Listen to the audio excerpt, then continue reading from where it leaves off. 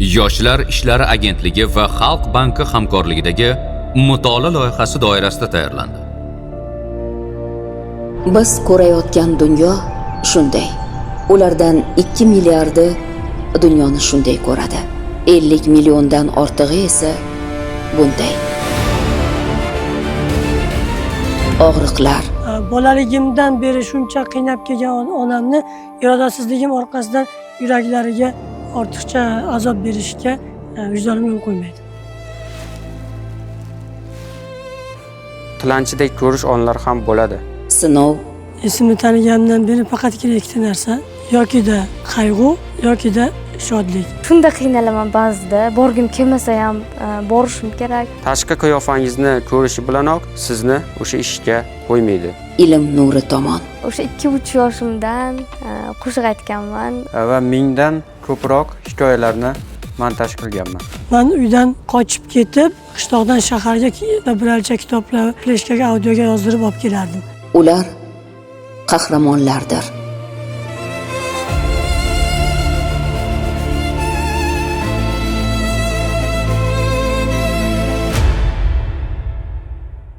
Sizning orzuyingiz nima? Mani orzuyim G'arbda o'qish. Mani orzuyim o'zimni filmimni olish. Iqtisodiy siyosatchi bo'lish. Mani orzuyim BMW sotib olish. Butun dunyoni kezib chiqish. Meni orzuyim Porsche 911 mashinasini xarid qilish. Mani orzuyim raqs studiyasini ochish. Mani orzuyim Amerikaga borish.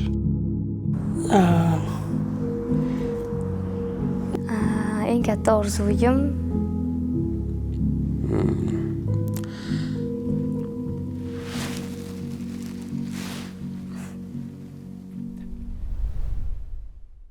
Men Islomov Sherbek, hozirgi kunda Alisher Navoiy nomidagi Toshkent davlat o'zbek tili va adabiyoti universitetida o'qish bilan birgalikda O'zbekiston Milliy axborot agentligida ish faoliyatimni olib borib kelmoqdaman. Men Yodgorjon Zokirjanov, 26 yoshdaman.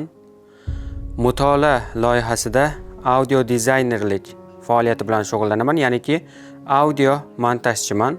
Men asli Namangandanman va bu yerga, ya'ni Toshkentda o'qidim. Shuningdek, hozirda ilmiy faoliyat bilan shug'ullanmoqchiman. Yetuk adabiyotshunos bo'lish niyatim bor. Men Sayva Nurziyda, Namangan viloyati Kosonsoy tumanidanman. Yoshim 17 da, hozirda Mirzo Ulug'bek nomidagi O'zbekiston Davlat Milliy universitetida 1-kurs talabasiman.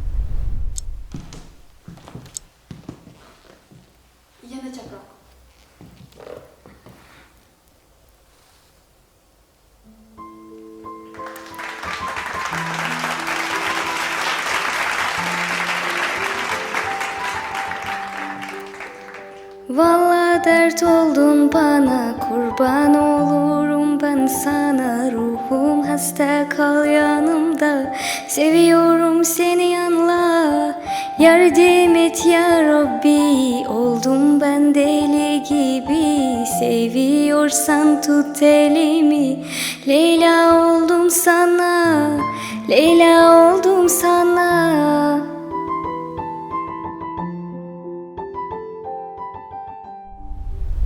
O'sha 2-3 yoshimdan qo'shiq aytganman, she'rlar aytardim.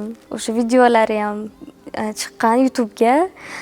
Alisher Fayz qo'llarida turib qo'shiq aytganim, Otabek Muhammad Zohid bilan birga duet aytganlarim YouTube'da bor. Muhabbat ne desang ko'ngil ardon, ishqning ko'chasida qizil yanon. She'r yozay desam yoqtirar barmoqim, seni yaxshi ko'rar edim muhabbat. Nihoyat uchrashuvlar yodimda, daftarmasam quvonganim yodimda.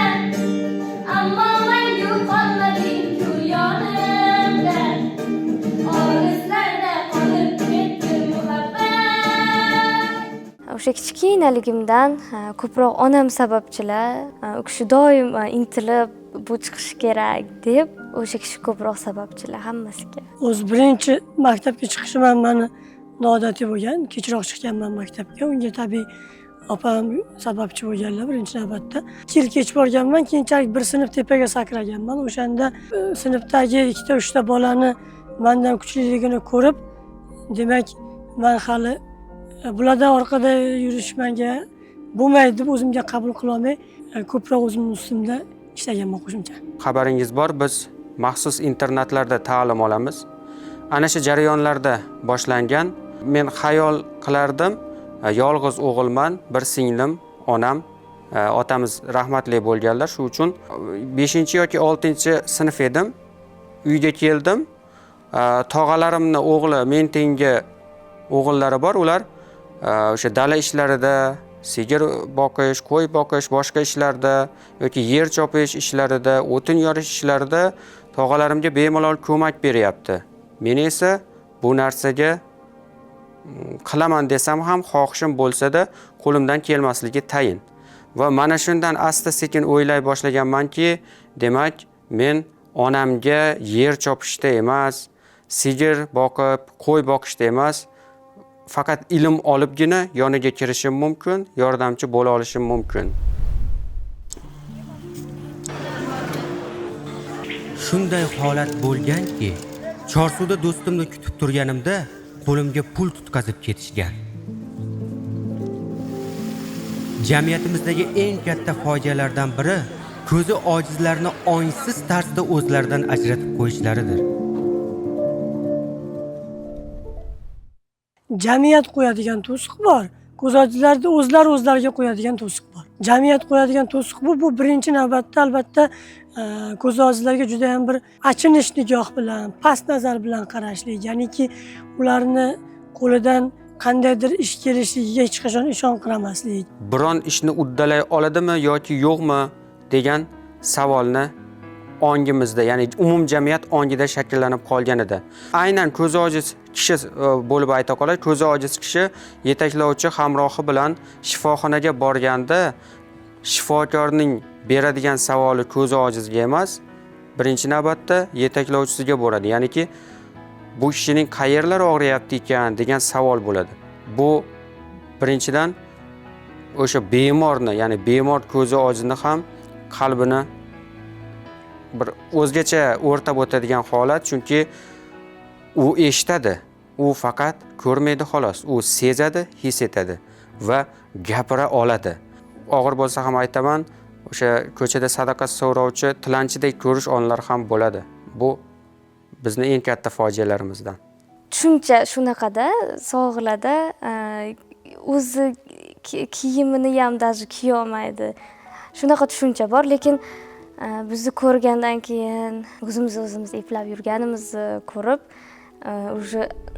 o'zgaradi ularning fikrlari. Men olmani hididan, shaklidan bilaman.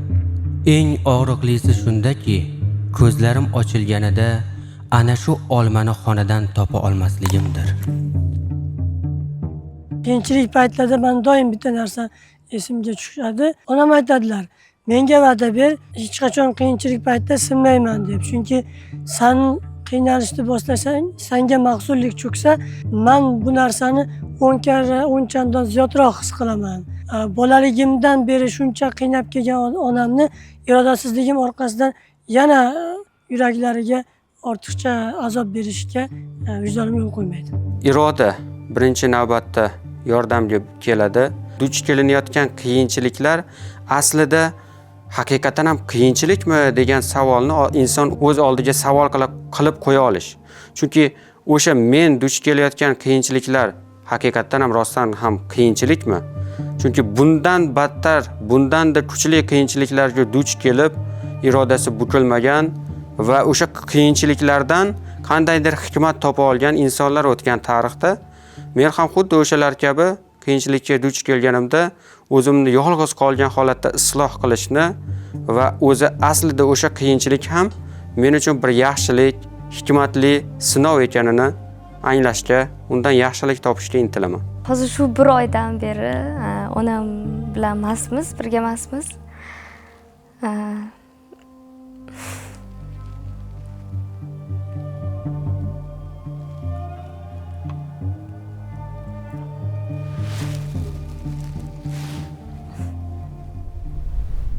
ilm dargohlarida men o'zgacha bir dunyoni kashf qildim. Garchand har bir kitobni o'qish imkoniga ega bo'lmasam-da, bu menga to'siq bo'la olmaydi. Ilm olishda bahona yo'q. Menda ham, sizda ham, unda ham. Shunaqa paytlar bo'lardi. Choylik kanikul berilgan paytlarda ta'tilda men uydan qochib ketib, undan bundan aytaylik bir qarindoshlarimdan bir pul variant qilib, qishloqdan shaharga kutubxonachilarga ketmay turing deb iltimos qilib, mashinada taksida borib turib, birorta kitoblar bo'lsa, birorta kitoblar, birortasi bo'lmaganligini fleshkaga, audioga yozdirib olib kelardim. O'sha ertalab soat 8 dan to kechqurun 8 gacha esimda Avlodlar davoni Pirimqul Qodirov asarini tinimsiz eshitib deyarli tugatishimga sal qolgan katta bir kitob. Har doim aytadigan gaplari dadamni o'qish kerak deydilar. Ular bilan men dunyoni ko'ra olaman, dunyoda bo'la olaman va insonlarni anglay olaman. Bilasizmi, ko'zi ojiz insonlar uchun boshqalar bilan muloqot qilish uchun kitoblar juda zarur. Chunki inson psixologiyasi ko'zi ojizlarga juda kerak. Kimga hazil qilish kerak, kimga hazil qilmaslik kerak, kimga qattiqroq gapirish mumkin, kimga tilni tiyish kerak masalalarda kitoblar juda katta saboq beradi. Ularga intilishim shu qadarki, qaysiki qo'limga asar tushsa, xoh brail, xoh audio ko'rinishda, xoh elektron tarzda bo'lsin, o'shani o'qishga intilaman, chunki undan nimadir izlayman. Men kitobni o'zim uchun, ma'naviy dunyoyim uchun, o'zligimni anglash uchun, ruhiyatimni, haqiqiy qalbimdagi ruhiyat o'zi qanday, ana shuni anglash uchun va ma'nan mudrab qolmasligi uchun o'qiyman. Kitob o'qigan ko'z ojiz bilan kitob o'qimagan ko'z ojizi qanday farqi bor desangiz, kitob o'qigan ko'z ojiz hech qachon o'zini baxtini, o'zini kelajakdagi bir bo'lish xohlagan o'rnini boshqalar bilan bog'lamaydi. Ya'ni kimdir nimadir qilsa shunday bo'laman, kimdir mana shu narsani qilsa shunga erishaman demaydi. Kitob o'qimagan ko'z ojiz esa endi ularga nisbatan hurmatsizlik bo'lmasin, bu anaqa achchiq bo'lsa ham haqiqat. Ular albatta hayotida erishadigan yoki erishmaydigan narsalarni o'zlaridan tashqari bo'lgan odamlar bilan bog'lashga majbur bo'lishadi. Kitobni faqat o'zingiz uchun o'qing. Eng katta sovrin bu ma'naviy dunyo. Qandaydir sovringa erishish uchun emas, yodlash uchun emas, pul topish uchun emas, undan hayotni topish uchun, haqiqiy hayotni qurish uchun, ma'naviy olamni, insonlarni o'zi asli qandayligini, o'zligini unutmasligi uchun o'qishni tavsiya qilgan bo'lardim. Ko'z ojizlarning ko'pchiligi qariyb 70% pedagog, ya'ni o'qituvchi. Ular turli xil maktablarda, ommaviy maktablarda ham ishlaydi va men ham o'zim mana shu mutolaa loyihasiga kelishdan avval juda ko'plab maktablarda sarg'ayganman, juda ko'plab direktorlarning qarshisida sarg'ayish bo'lgan, chunki telefonda bemalol siz gaplasha olasiz. Sizga ochiq, chiroyli, go'zal muomala qilishadi. Tashqi qiyofangizni ko'rishi bilanoq, sizdagi nuqsonni ko'rishi bilanoq sizni o'sha ishga qo'ymaydi. Mana shu tarzdagi holatlar bor, lekin mutolaa loyihasida unaqa narsa emas. Hamma uchun imkoniyat yaratishga, hamma uchun ish ham, o'sha ilm olish uchun kitob ham yaratishga harakat qilinadi. Mutolaa loyihasida yuqorida aytganimdek, qariyb 1,5 yildan beri faoliyat olib borayotgan bo'lsam, 500-600 dan ziyod katta asarlarni va 1000 dan ko'proq hikoyalarni montaj qilganman. Mana shu notebookimda kitoblarni montaj qilaman. NVD ovozli dasturi bor, ya'ni kompyuterning ovozi yordamida montaj jarayoni bo'lib o'tadi. Bu jarayonda men SoundForge Pro, Audition, Reaper kabi programmalardan foydalanaman. Ularning har biri o'ziga xos xususiyatni, o'ziga xos vazifani yuklaydi. 20 mingdan ziyod ko'z ojiz kitobxon ushbu ilovadan bevosita foydalanib kelishyapti. Ular uchun bu ilovadan foydalanish mushkullik tug'dirmayapti. Tahrirlash maydoni, ya'ni qidiruv maydonchasi bor. Biz bunga bemalol o'zimiz uchun kerak bo'lgan asarni yozib kiritsak bo'ladi. Misol uchun biz xo'rlanganlar va haqoratlanganlar asarini o'qimoqchimiz. Mana chiqdi.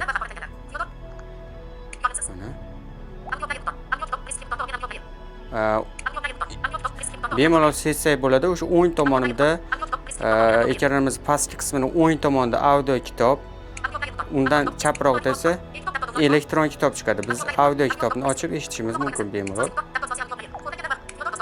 Bu yerda play tugmachasi orqali biz bemalol eshitsak bo'ladi.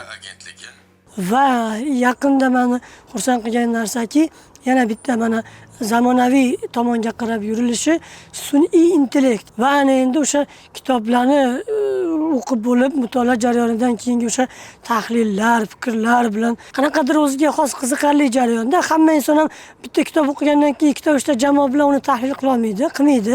Kimdadir tortinish bor, kimdadir fikrni yuzaga chiqarmaslik bor va hokazo hokazo. Lekin o'sha sun'iy intellekt mutolaaga qo'yilgani bu kreativ yondashuv bo'libdi. Men bu narsaga shunchaki respekt dedim. Biz har tong uyg'onamiz. O'sha tanish manzara. Xonamizdagi hidlar, derazadan kirayotgan yorug'lik, eshitilgan tovushlar, yaqinlarimizning har doimgidek ovozlari. Kunlar bir-biriga o'xshaydi. Biz esa bularni hayotimizning odatiy qismi deb qabul qilamiz.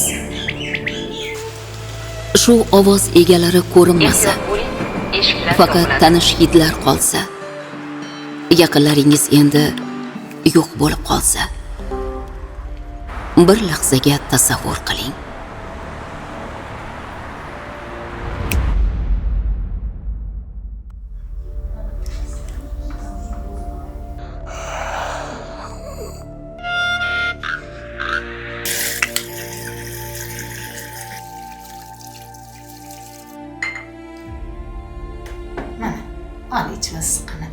Tinchlik, xotirjamlik bo'lsin, ishlaringga rivoj. Amin. Allohu akbar.